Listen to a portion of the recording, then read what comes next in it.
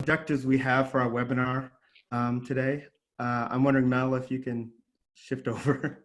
I am. Are we recording? Are we supposed to be recording? I just started recording. Okay, awesome. Thank you. I just wanted to make sure that we were all set. Sorry, Derek. It's okay. Different objectives that I know that we've identified for today that we want to make sure that by the end of the session that you are So the hope is that by the end of the session, U.S. participants will be able to identify at least a couple socio-cultural kind of influencers that Black women really perceive as influential or impacting their mental health and their wellness. We also hope that by the end of the session, you'll be able to identify relationship barriers that Black women have identified as really impacting some of their desires or lack of desires to actually seek help. Similarly, we hope that you'll be able to identify some counselor community relationships of dynamics that can really as well interfere with or impact Black women's help-seeking behaviors and practices. And then ultimately, we hope that you'll be able to identify some counseling strategies that really can be supportive and conducive to encouraging Black women to actually focus on their mental health as well as promote help seeking.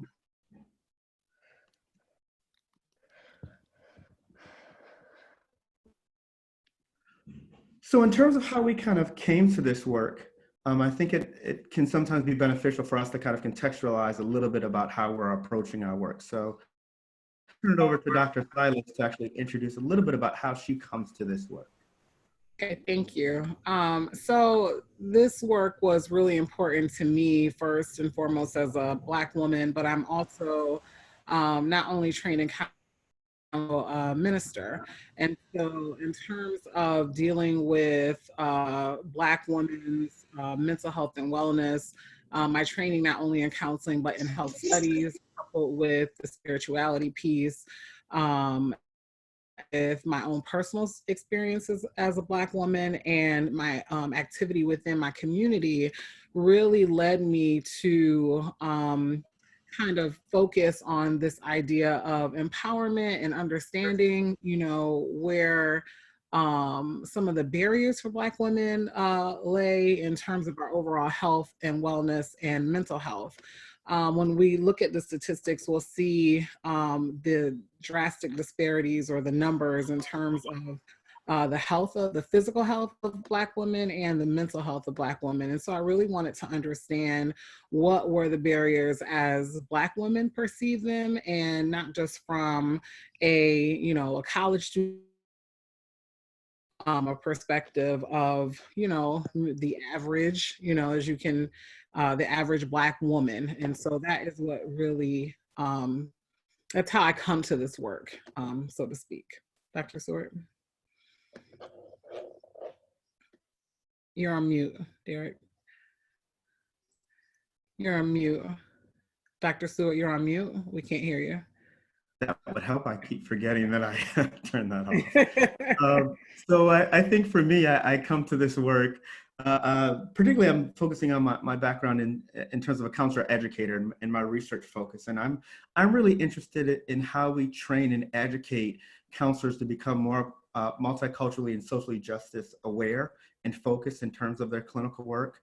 And particularly, I have kind of a sub-focus where I'm really interested in how we can train counselors of color to be able to actually work with other types of diverse clientele, including other counselors of color. And one of the things that I think that Dr. Silas really keyed in on that really sparked my interest was this focus that there has been a lack of research and interest around some of the experiences of Black women, particularly as it relates to marginalization and oppression. So I really wanted to get a better sense and partner with her as it relates to developing an understanding of that specific population as a way to then inform us as counselors so that we can better attend to that population that tends to not receive some quality services. So next slide, Dr. Silas. That is, the mental health is the next slide. Mental health overview. Can you see that? I can now. Thank you. Okay. So in terms of thinking about just mental health overall, we know that from the data, approximately 1 in 5 Americans will be diagnosed with some mental health issue across their lifetime.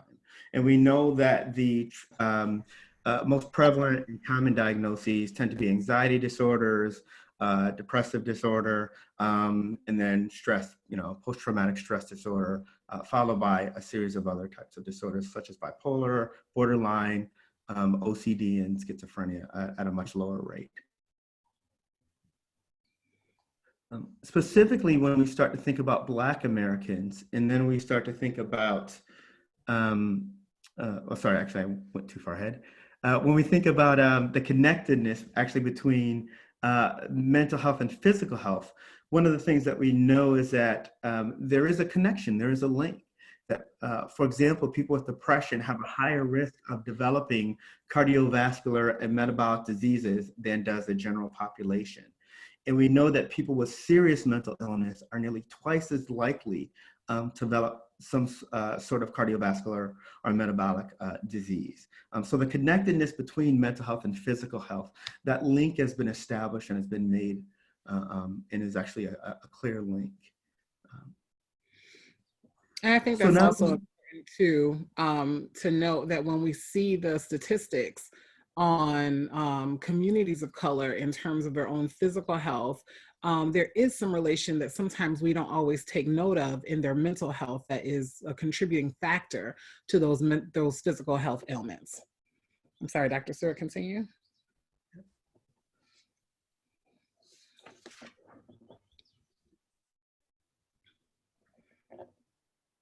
Can you see it? Not yet. Okay, so it might be a delay. I think it's a little delay. Okay. There we go. Now I got it. So in terms of Black Americans and mental health, there's approximately 43 million Black American adults in the US. 6.8 million of those who identify as Black or African American across their lifetime will experience some aspect of a mental health illness. And we know that in terms of mental health, access to treatment, quality of services that they received, that there are disparities, that oftentimes they receive poor quality treatment and care, and also that there are significant concerns around lack of access, particularly to culturally competent care that really takes in some of the unique challenges, experiences, and barriers that they just face in life and as they go through life. In terms of specifically thinking about some of the death rate, particularly for Black and African Americans, we know that there's a higher rate for Black and African Americans than for white Americans, particularly across a range of diseases, including heart disease, stroke, flu, diabetes, HIV/AIDS, and homicide. And really, again, that should be concerning to us that there's this huge disparity and that there's a significant impact on this population, which really raises some questions of how can we better attend to some of their issues, their concerns, their needs. But some of the data also suggests that compared to white Americans, Black Americans are less likely to receive guideline consistent care. They tend to be included less frequently in research, meaning that we sometimes have less information and research data to be able to identify ways to support them in terms of addressing some of their needs and concerns. And as well in terms of access to mental health care and support, we know that Black and African Americans are more likely to use emergency and urgent care as their primary care rather than seeking out mental health specialists.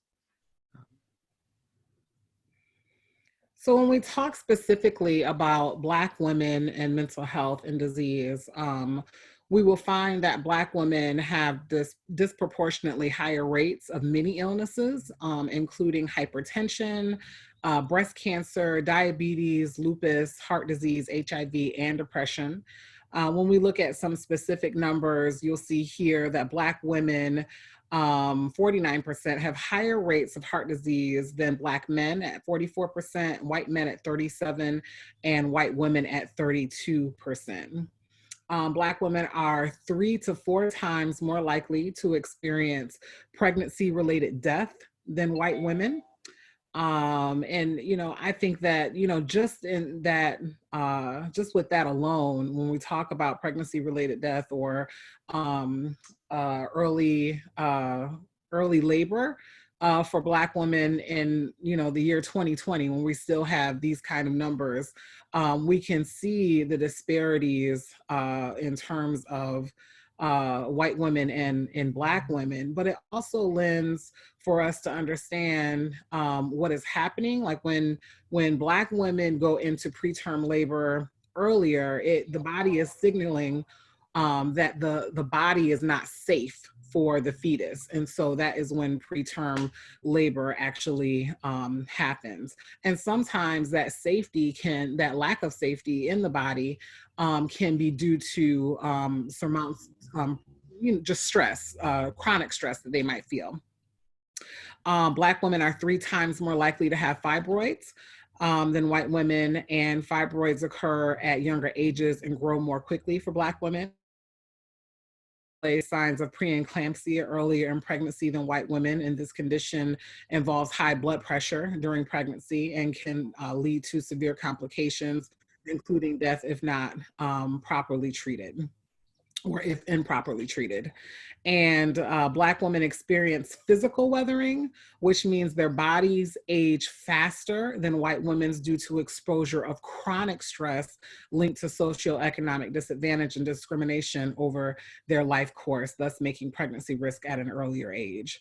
And so when we begin to look at these types of illnesses, whether it's hypertension, whether it's breast cancer, diabetes, HIV, depression overall, we provided that statistic in that those who suffer from depression are 40% more likely to develop a physical ailment. We can see where the correlation of that, or the possible correlation of that, is seen here with the rates of disease for Black women in particular. When we look at Black women's overall mental health perspective, data shows that for Black women, anxiety is more chronic and the symptoms are more intense than their white counterparts.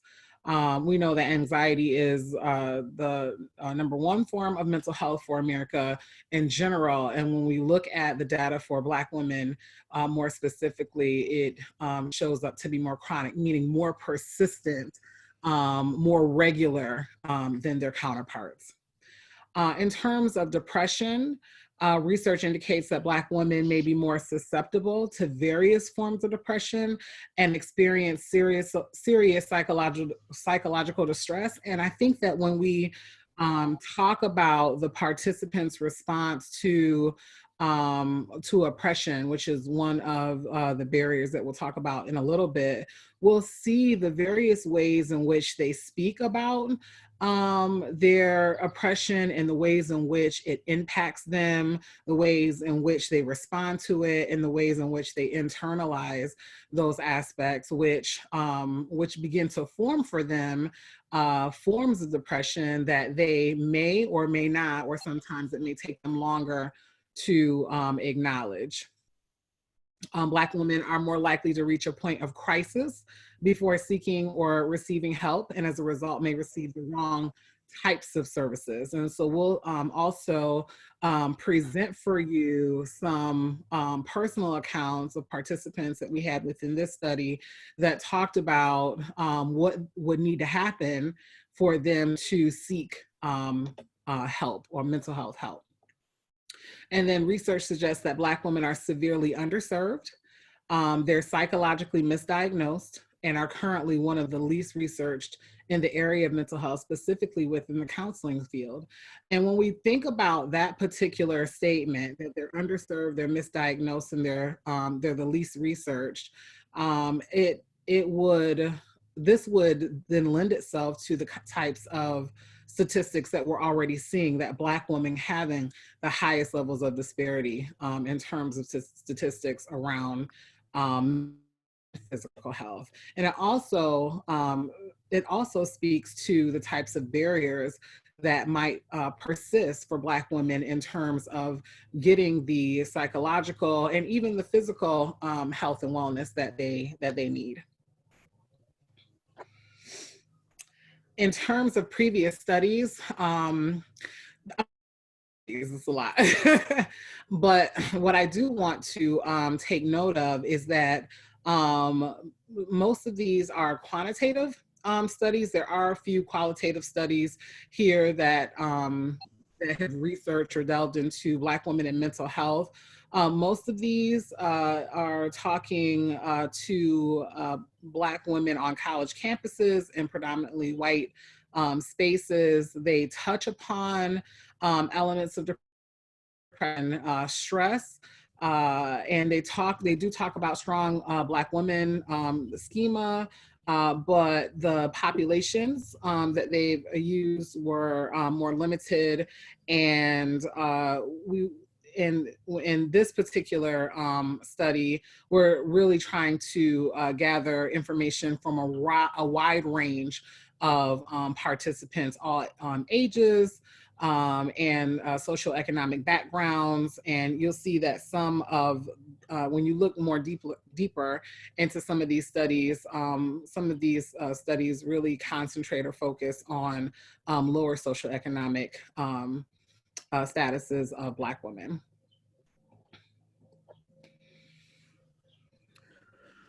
So as Dr. Silas noted, there was a study that was conducted, and we really wanted to develop an understanding of some of the lived experiences of Black women. And we specifically wanted to understand what is their perspective on their own mental health? What are the perceived barriers do they see as it relates to their own mental health care? What are some of the challenges that they identify as it relates to help seeking or even caring for their own mental health? And we were also interested in wanting to understand what actually are their healthcare, their mental health care and their self-care practices. What do they actually engage in? Who are the communities that they solicit support from? And what types of support do they tend to receive from those communities? And just in general, what are those experiences that they have? So there are a couple guiding research questions that we had that influenced the work. The first one was just what are the perceived mental health influencers of mental health for Black women? Women believe exists that may prevent them from help seeking or self-care practices. And then the last one was really what help seeking and self-care strategies do Black women perceive as valuable to manage some of their mental health concerns and their mental health stress? And when we conducted the study, I really wanted to come from a Black feminist theoretical framework. Black feminism centralizes the voice and experiences of Black women traditionally. And it is a way in which we validate and honor the multidimensional lives of Black women as they see it and as they voice it.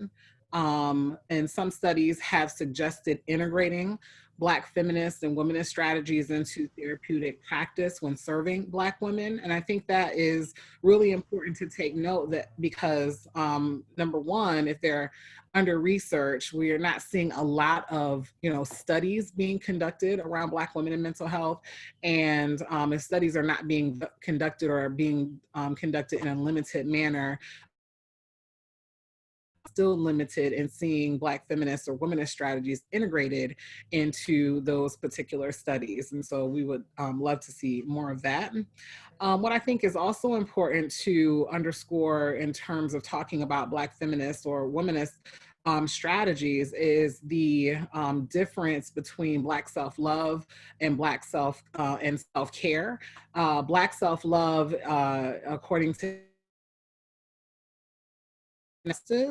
and what that is saying is that the love, the care, the compassion, the tenderness, the honor that Black women can bestow upon themselves is a direct affront to all of the social and cultural messages that they might receive about being a Black woman. And so in displaying self-love for themselves, it is saying, I am enough, I am not inferior, I am deserving of love and compassion and tenderness, which is going directly against what some Black women might experience every day within their daily lives.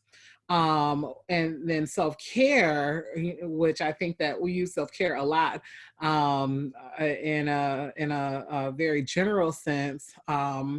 But self-care specifically is mitigating anything having to do with mitigating the mental health stressors. So this would be practicing some type of specific care or engaging in some type of specific behavior that would decrease mental health stressors and ultimately would help physical health, increasing the physical well-being of Black women. So it is a combination between self-love and self-care that really does this. And that portion right there is a whole nother webinar. But I wanted to at least touch base on those definitions of self-love and self-care and how, at least in literature, from how we see it in a very lay perspective. In terms of our research study methods, this particular study was done in 3 phases. The first, the participants responded to a recruitment Facebook post. They went to SurveyMonkey and completed a demographic questionnaire, which we'll talk about in a little bit, and then a mental health incidence questionnaire. And so that excuse me, really helped to gain some perspective on their thoughts around mental health, thoughts around self-love, their experiences, identify those, self-identify or self-report those factors. The second phase was a mental health care influencer questionnaire. So that was the actual interview, which ranged anywhere from 30 minutes to an hour. And the last phase were post follow-up interviews via email or in person or over the phone to gather more information, to get clarity on some information, to do some member checking, and to ensure that all the information that was, or the data that was received, was what the participants actually meant, or what, you know, that it wasn't misconstrued in any way. We wanted to make sure that their voices were heard clearly in the manner in which they wanted us to hear them. In terms of participant recruitment for the phenomenological study, purposeful sampling was used.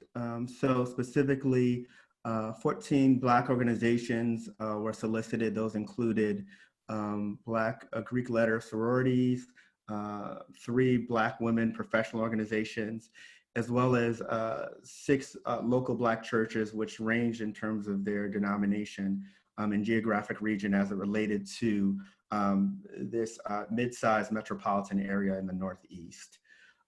Also, there was recruitment from Facebook and social media, and there was also snowball sampling. The majority of the 16 participants came from the Black organizations.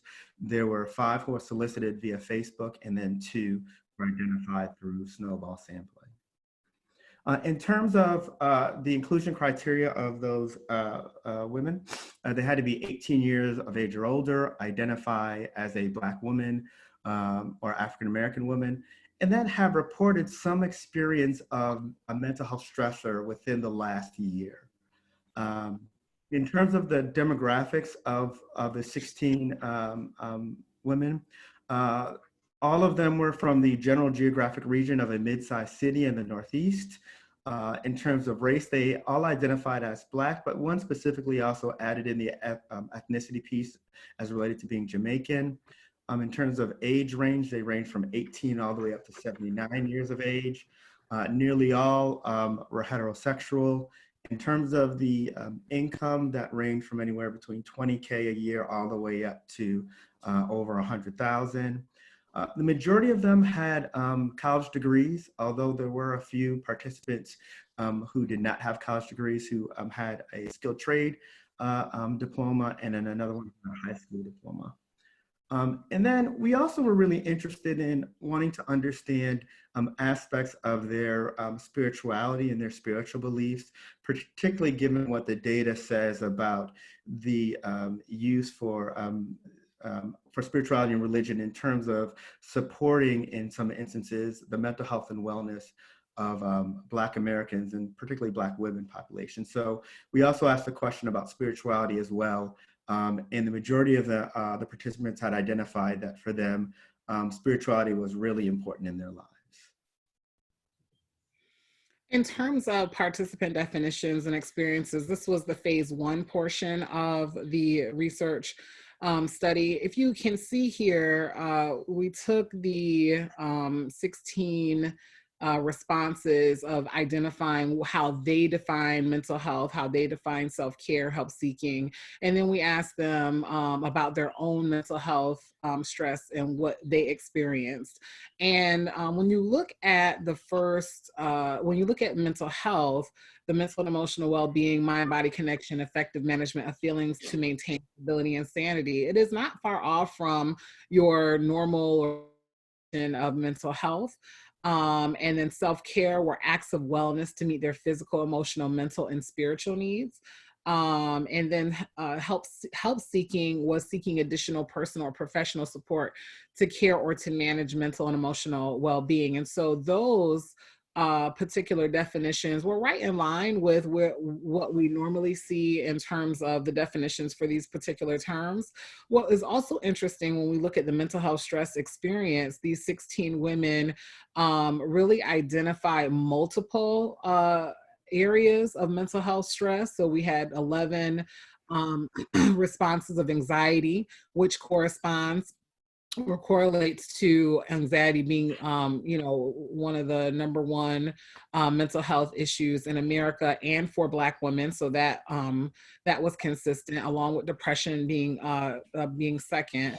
What we did find is that grief, which we don't hear a lot about within literature in terms of Black women, but grief was high, panic disorder, general stress, and then eating disorders. So they were also able to add in a particular stressor or a mental health issue that may not have been identified within the survey, and eating disorders was one of those. And so 11 participants self-reported multiple stressors out of the 16.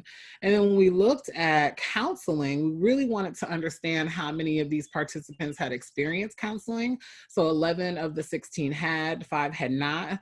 And then we really wanted to understand how many sessions they experienced. So one participant experienced 1 to 3 sessions, 3 experienced 4 to 7, 1 experienced 8 to 11, and then 6 participants actually experienced more than 12 sessions of counseling. Now, out of those 11, 8 thought that their counseling was helpful, and then 3 thought that the counseling wasn't helpful. But this is what is interesting. So if you have 11 of the 16 that have had counseling, and out of that 11, 8 thinks that it's helpful, when we talked about what would prompt them to seek help, for the most part, 14 of them said extreme mental or emotional need, including experience physical ailments or feeling mentally or emotionally overwhelmed. So even though 8 of them experienced counseling, or 11 of them experienced counseling and 8 of them thought it was helpful,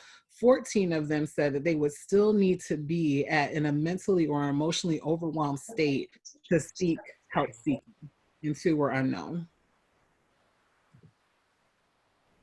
And then when we look at participants' definitions around what prompts help seeking, these were some of the specific quotes that were pulled from the data. I would need to be at my breaking point. I felt like I was drowning. The inability to focus or concentrate, strong feelings of failure or hopelessness. That would need to be present for Nikki to seek help. Strong feelings of failure or hopelessness. Feelings of depression, or if I notice I'm in a constant state of anger or dissatisfaction. Unimaginable or unmanageable anxiety. or feeling paralyzed. I would just like to take a moment, and I know that we didn't talk about this, Dr. Seward, but I'm just wondering what people think of those particular statements in terms of, you know, these participants saying this is where they need to be in order to even get counseling. And we'll just take a few, and I can't see the chat. So if, I think it was Caitlin, I can't really see. Do you see? I can read some. Oh, you can read them? Okay. As well. I can see it, so I can read some. So there's a comment that says they feel hopeless. As a Black woman, I have experienced many of the same responses. So it sounds like some shared understandings or some shared experiences. Another comment that just says most.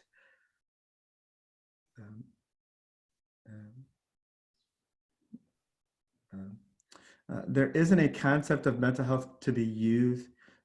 There isn't a concept of mental health to be used in a preventative way. Mm. Okay. But if we can take this information, and when we understand that when we see a Black woman who finally gets to us as counselors, or even wants to come to a counselor education session, we understand that she might be already at this breaking point, already at a element of feeling hopeless or failing. And so it's so important to understand where they are when they walk in the door, because it probably took so much for them to get there, that we want to try to serve them in ways that are helpful for them, so that they might feel supported in the process of becoming mentally well. Did you have any others, Dr. Seward, before I move on?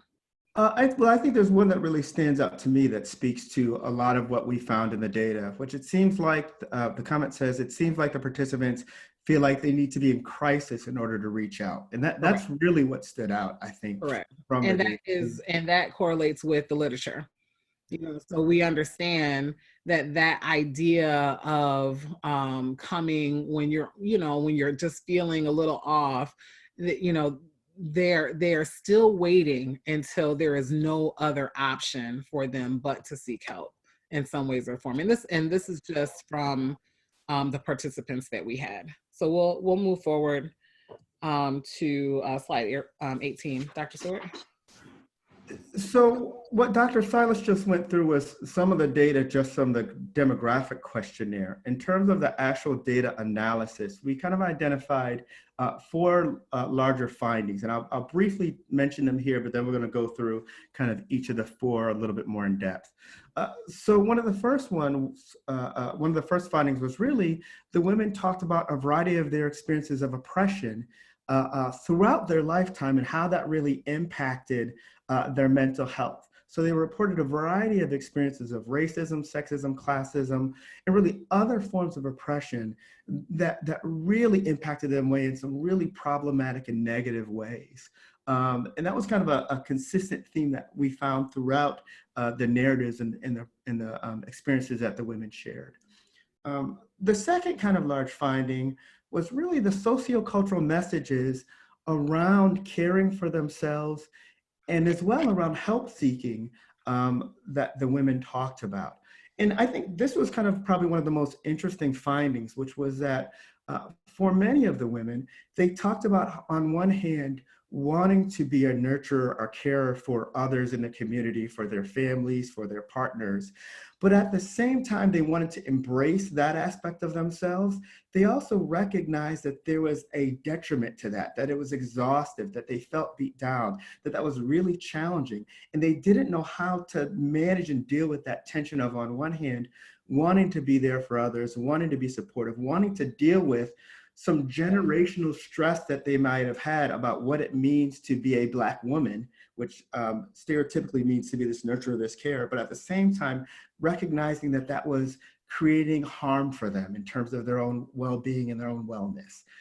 So there were some interesting sociocultural messages that they were trying to navigate and deal with as it related to their own self-care and their mental health. So that was another kind of key finding. The third one related to kind of some of the women's strategies they actually engaged in related to their self-care and their help seeking. And we'll talk a little bit more specifically about that shortly. And then the last kind of component that I really thought was really interesting, which is really for those 11 women who were able to pursue counseling, we really got some really interesting insights in terms of how they viewed their experiences with their counselors, what they really appreciate, as well as what they thought were really problematic experiences. So we'll also share some of that specific data as well. When we talk about influences of mental health, I love this quote by Opal Palmer Adissa in her Rocking in the Sunlight piece. It says, stress is hemmed into their dresses, pressed into their hair, mixed into their perfume, and painted on their fingers. Stress from deferred dreams, the dreams not voiced. Stress from the broken promises, the blatant lies. Stress from always being at the bottom, from never being thought beautiful, from always being taken for granted, taken advantage of. Stress from being a Black woman in a white world. And I think that when we look at this particular piece, it really talks about this element of consistent or persistent, stress, this thing that is always following them. It is in everything that they do. It is in their being and how they engage people, and maybe even how they engage themselves. And so we will see this kind of messaging pop up or express through the participants themselves. So in terms of the first finding that spoke about some of the oppression that the Black women talked about, we really like this one quote from Twinnie because it really captures some of the pervasiveness and the long-standing and the chronic experiences of oppression that Twinnie dealt with. And as well how this impacted not only just her mental health and well-being, but also her physical health and well-being. So I was sort of pressed for my job and just worn out. I felt like I had been beat down from just being hammered on. I was just so tired, so beat down. I took time off. I was sick. I stayed out for 3 months. My doctor told me mental stress. I have fibromyalgia, and I've never had any issues with it before until the last time I was so stressed that I guess I must have triggered the nerve endings in my body that if you just touched me, I hurt. And I think that perspective from kind of Twinnie really captured kind of a lot of the statements around oppression that the women kind of talked about. So in terms of the experiences of oppression that the women shared, they ranged from encounters that started when they were young children all the way up through adulthood. So it wasn't like they were solely focused in one specific area of their life experience, but expanded their lifespan. In terms of some of the acts of oppression that they experienced, it wasn't bounded to any specific space. So in the workplace and on their jobs, they professionally experienced oppression. In educational spaces, from grade school, there was women who talked about some of their experiences in elementary school, all the way up through graduate school. They talked about dealing with oppression as Black women. In some of the social spaces that they entered into, similarly, they talked about a range of oppressive experiences that they experienced, as well as in some of their personal relationships and their familial relationships. And those kind of acts of oppression included everything from being bullied to harassed sexually and assaulted, to being rejected, to just being silenced and treated just in general as inferior. So there are a range of oppressive acts that they were forced to deal with in a variety of different spaces. In terms of the impact of those oppressive experiences on the women, as to be expected, in terms of mental and emotional stress or just their experience, they felt broken and beaten down. They felt anxious. They had elements of self-doubt, and they felt angry, drained, and overwhelmed and hurt from all of having to navigate all of those oppressive acts. And when we talked to the women and we got a sense of really what was informing some of their experiences, they talked about the intersectionality of being Black women. And how that really was the factors that they really connected largely to some of their experiences of oppression, how they made sense of some of the acts of oppression that they were dealing with. Related, as to be expected in terms of their response to some of those experiences and acts of oppression, they experienced increased anxiety, they increased physical symptoms connected to chronic stress. They had increased levels of hypertension. They had increased mental anguish, including suicidal ideation. Some of them also commented on experiencing increased panic and potentially even panic disorders. And others talked more generally just about having aspects of PTSD and vicarious trauma, even in instances where they might not have been the direct recipient of the oppression, but they were definitely exposed to it by seeing other Black women who were dealing with those acts of oppression. So the Black women across their lifetime and in multiple spaces were dealing with these acts of oppression that they connected to their racial and gender identity. So when we talk about influencers of mental health culturally, these are just a few of the actual quotes that came from the participants themselves. And I'll just read the first one, but you can see the other two there. As the woman of the house, as Black women, we always hold the care of others on our shoulders, regardless of what else might be going on. That's just how we're built. That gives us a sense of gratitude, a sense of need, and a sense of feeling wanted. And so when we talked about the cultural expectations of women, these are some of the influencers of mental health that popped up for us. So that strong Black woman or superwoman schema. And when the participants talked about this, there was kind of like this is a sense of ambivalence around whether it was a positive thing, and understanding that they wanted to be persons who their family and their friends and their communities could rely on, but they also understood the detriment of being the superwoman or the strong Black woman, and how it impacted their level of care for themselves, their bodies, their mental health, and so on. And then they talked about how these social cultural messages were ascribed to them. This is something that was kind of passed on from generation to generation. These cues, both behavioral and verbal, of sacrificial behavior. One of the participants said, all I saw was, my mother, my grandmother, my aunts, they work, and they kind of embedded in you this ascribed responsibility of making sure that you took care of everything, with kind of leaving yourself as last if you had time for that. And so they internalize these expectations of responsibility as both of a source of validation and worth, but it also created a strong imbalance around stress and self-care. And I will have to say that some of our participants, a couple of them, were very angry about this ascribed responsibility of taking care of everything and leaving yourself by the wayside. And so when we talk about influences of mental health for Black women, we have to definitely engage the cultural expectations and how they have internalized that, and then in the ways in which they show that and navigate that in their own daily lives.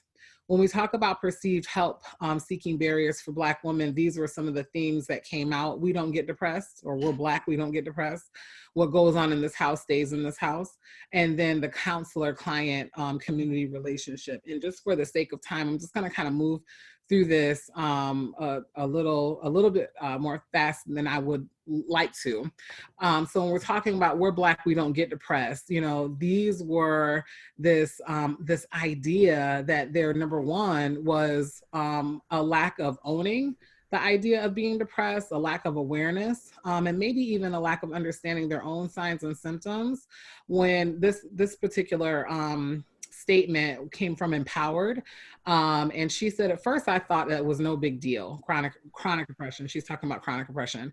But I found that I started being very short-tempered. I started doubting who I was. I started second-guessing my voice. I started restricting my movements. I started just separating myself from opportunities. And then once I noticed I started doing that, I realized that it really impacted me. I became depressed. But of course, I wouldn't give it a title because we're Black. We don't get depressed. And so I think that when we talk about Black women waiting until they're at the point of crisis, we first have to understand that they're probably getting to that point because there's this sense of a lack of awareness or this dismissive space where they're saying, no, we don't do that. Like, this is not a part of my culture. This is not a part of what we would even validate as true for ourselves. And what that does is that prolongs these feelings of, whether that's the emotional responses to it, the physical responses to it, or even the mental responses to it. And then historical and current religious and spiritual expectations, which again is a whole nother conversation. Lisa says, you're made to feel like, oh, you're not believing God, or you just need to fast more. You just need to pray more. Then you might forsake going to see a counselor, and that may be your best source of help. So when we talk about some of the religious or spiritual expectations or the stigma related to being Black and mental health, these are still some of the barriers that we as counselors may need to help Black women face and hurdle, and Black women themselves within the communities have to find ways to navigate around those barriers. Other perceived help-seeking barriers: what goes on in this house stays in this house. This is this idea of cultural or familial suppression and masking and dismissal. Tammy says, I think that one of the barriers for me was more within my family. It really wasn't something that you talked about, mental health. I learned how to cover things up. I learned how to put things to the back burner. So this idea of masking and suppression and dismissal is also a barrier. And that is that internalized, that internalized taking on that responsibility. And then how do I deal with it? How do I fit into the cultural atmosphere in which I've been brought into without making a mockery of myself, a mockery of my family? I dismiss it, I mask it, I pretend that everything is okay. I might look good on the outside, but on the inside, I'm falling apart. Cultural and family admonishment. Alexis talks about how she was verbally admonished by her mom. And she says, I think that there's still a stigma around counseling. I even remember my mother or grandmother saying, we don't do that.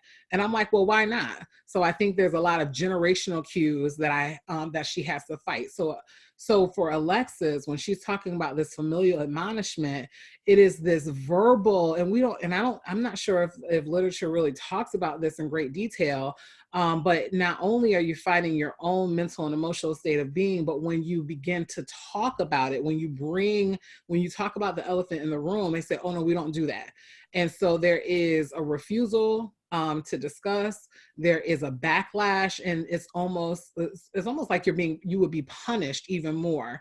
And so we have to think about that as counselors, as Black women come to us, or we think about our relationships with communities and why these stigmas still exist. And then the historical and community distrust. Michelle says, I think culturally and traditionally, I view counseling as a last resort or something that you shouldn't engage in due to stigma. I was taught that it's ineffective, and hearing several accounts about mental health counseling and people being falsely diagnosed for years, there was this preconceived doubt when it came to counseling. And I think for counselors, I think it's important for us to understand the history in the United States of Black communities or diverse communities, and especially for Black participants in research and how, systems have failed us over the years. And so that is also something that communities are still digesting, still trying to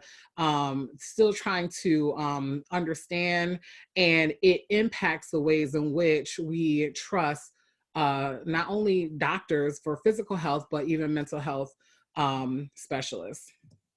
When we continue to talk about barriers access to counseling was huge, gaining access to counseling and getting counseling. And there was a difference for some participants. One, it was the barriers to actually get approved to get counseling. And then once approved to get counseling, now that you have access to this counselor, where is the counselor located?